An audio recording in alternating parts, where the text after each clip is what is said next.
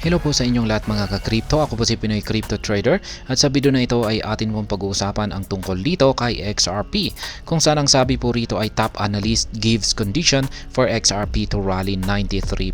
Kaya yan, meron na pong isang kilalang analyst dito, crypto analyst. Yan, ang nagbigay po siya ng isang kondisyon para kay XRP. Yan, kapag nangyari po ito ay makakaranas siya ng pag-angat sa presyo na pwedeng umabot ng 93%. Kaya yan, bago po natin alamin kung ano yung kondisyon na yan, ay nais ko lamang po munang bigyang linaw ang aking disclaimer kung saan ang nilalaman po ng video na ito ay hindi po ito isang financial advice. For education and information purposes lamang po ang layunin nito. Maliban po dito ay nais ko na rin pong magbigay babala na wala pong kahit anumang group chat ang Pinoy Crypto Trader. At ayan, sabi po rito ay prominent crypto analyst Crypto Insight UK has outlined a condition for the XRP market to witness a minimum rally of 93% for the crypto asset to hit $1.2 soon. Kaya ayan, siya po ang crypto analyst po na ito naglabas ng kanyang prediction dito kay XRP ay si Crypto Insight. Yan, ayon po sa kanyang analysis ay meron daw pong isang kondisyon. Yan, ipapakita po natin yung kanyang chart analysis mamaya at mas maiintindihan po natin ito.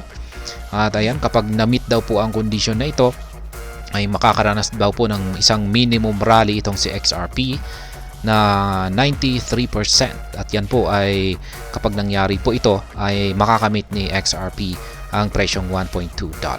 At ayon po sa kanya ay nalalapit daw po na maganap ang kanyang rally na ito. Kaya ayan, meron po siya rito. Yan, pinost po niya yung kanyang chart dito. Kaya bisitahin na lamang po natin yung kanyang official na X account. Ayan po yung kanyang chart dito.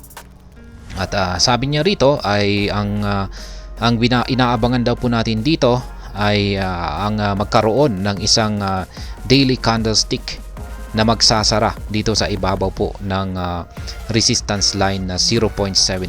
Ayan po yan. Ayan, nandito po yan.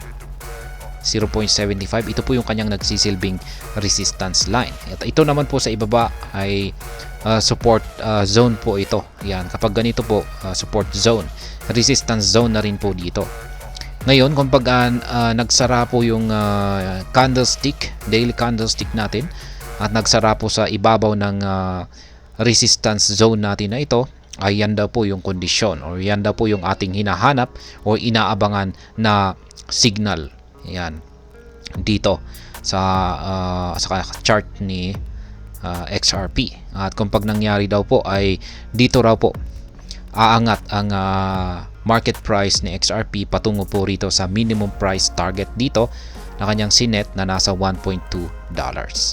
Kaya ayan, yan po yung kanyang aakyatin. Kaya yung inaabangan sa madaling salita ay yung inaabangan po natin dito ay ang magkaroon ng breakout dito sa resistance zone na ito. Kaya yan yung kanyang RSI naman daw po ay ayan, mukhang ito na rin ay papalo ng isang bullish swing. Yung kanyang RSI ay ayan, lumalaki naman po yung mga sukat ng mga volume dito sa ibaba. Kaya yan, maganda yung mga pinapakita ng kanyang mga indicators dito.